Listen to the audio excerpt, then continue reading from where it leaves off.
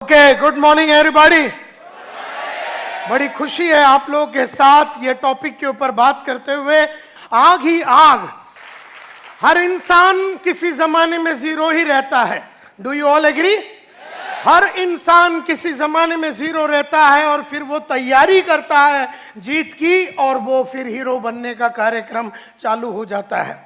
इसी तरह से अगर आप देखेंगे किसी जमाने का ये जीरो था, किसी जमाने में ये भी जीरो था, किसी जमाने में अगर आप देखेंगे ये भी जीरो था, किसी जमाने में ये भी बड़ा जीरो था, किसी जमाने में ये भी बड़ा जीरो था, किसी जमाने में ये लेडी भी बड़ी जीरो थी। और इस तरह से अगर आप देखेंगे तो हर इंसान जो आप यहां पर देखेंगे किसी जमाने में ये भी जीरो था, किसी जमाने में इतना बड़ा कंपनी चलाने वाला जयप्रकाश गौर जो जेपी ग्रुप ऑफ इंडस्ट्रीज को चलाने वाला, या गाड़ी जो सोप बनाते हैं ये वाला आदमी, ये लोग सब लोग एक जमाने में जीरो थे। भंवरलाल जैन 5,000 करोड़ का कंपनी चलाता है। शहनाज हुसैन जो ब्यूटी का क्वीन मानी जाती है। इस तरह से लक्ष्मी मित्तल जो दुनिया में सबसे बड़े पैसे वाले आदमियों में से गिना जाता है। और अगर आप देखेंगे ब्रिजमोहन मुंजल जो हीरो होंडा का मालिक है, ये भी कुछ नहीं था, एक जमाने में साइकिल का पार्ट्स बेचते थे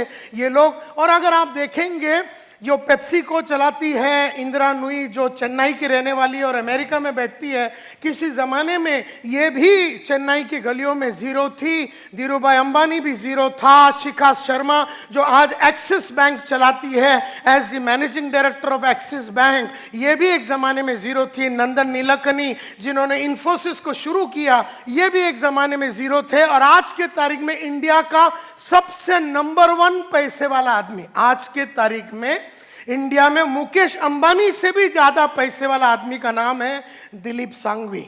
आज इंडिया का इस वक्त 10:30 बजे इंडिया का सबसे ज्यादा पैसे वाला आदमी है दिलीप सांघवी। एक जमाने में आज से 30 साल पहले ये भी जीरो था। सन फार्मास्यूटिकल्स का मालिक माना जाता है।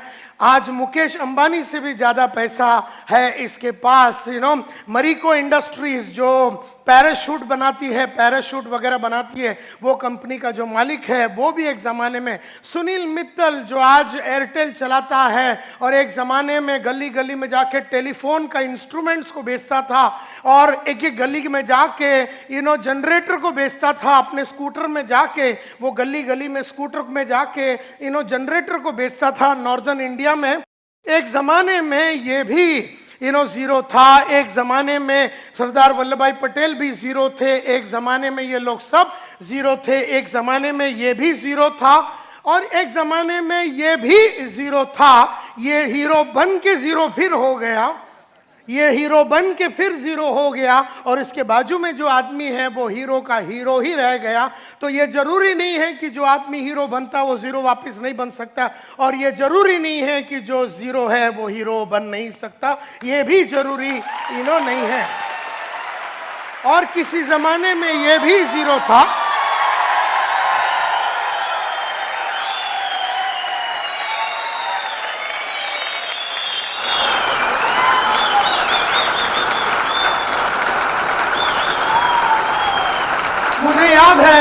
मुझे याद है मैं साहब को मिला था, मोहम्मद माजिद साहब को मिला था 2007 में केरला में। मुझे याद है मैं इनको मिला था, मेरे बाजू में बैठे थे, मैंने टॉक दिया था how to take business to the next level. 2007 की बात है, कोचिन में ताज रेसिडेंसी की बात है।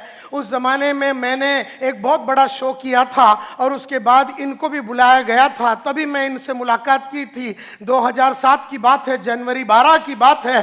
तो ये इंसान को मैं तब से जानता हूं, तो आपको इस कंपनी में विश्वास न करने का कारण ही नहीं है।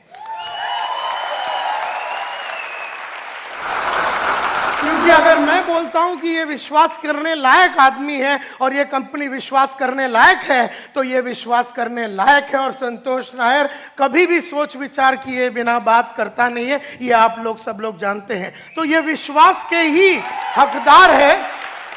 और केरला में जब इनको अवार्ड दिया गया था for the best performer and the best entrepreneur, इस तरह से केरला में इनका बड़ा नाम है और आज तुम्हारे साथ वो काम कर रहा है। तो मुझे बड़ी खुशी है कि इस तरह का कंपनी में तुम लोग काम कर रहे हो। और किसी जमाने में ये भी जीरो था। और किसी जमाने में ये भी जीरो था, और किसी जमाने में ये भी जीरो था, और किसी जमाने में ये भी जीरो था, और किसी जमाने में ये भी जीरो था, और किसी जमाने में ये और ये और ये सब लोग जीरो थे, और किसी जमाने में हम भी जीरो थे, और किसी जमाने में ये और ये और ये और ये लोग सब जीरो थे।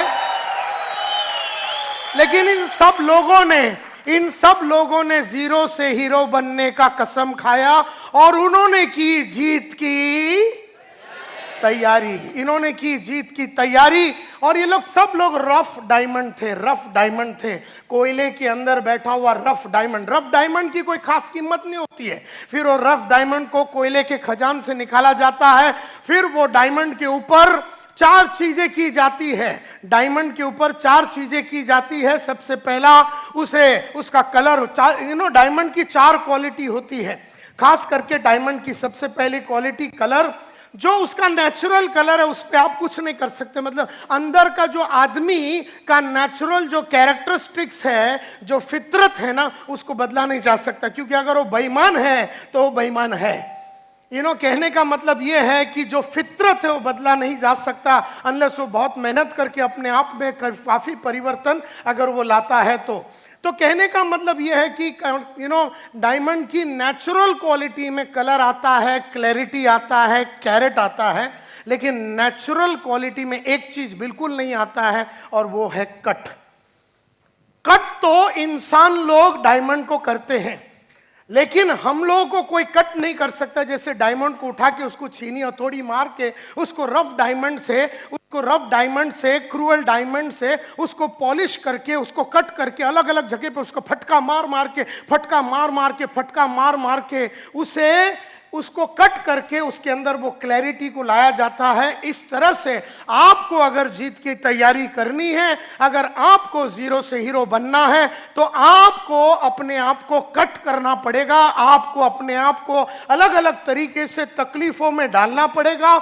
क्योंकि जब आदमी को कट किया जाता है तो वो बहुत तकलीफ से और बहुत अड़चनों से गुजरता है। तो जो इंसान अड़चनों में गुजरता है वो अपने आप को कट करता है, जो पढ़ता लिखता है वो अपने आप को कट करता है, जो ऑडियो वीडियो सुनता है, जो ट्रेनिंग प्रोग्राम में आता है, जिसका गोल बड़ा क्लियर है, वो सब लोग वो इंसान होते हैं, वो जबरदस्त तरीके से अपने आप को कट करते हैं। और जब वो कट करते हैं वो आग से गुजरते हैं।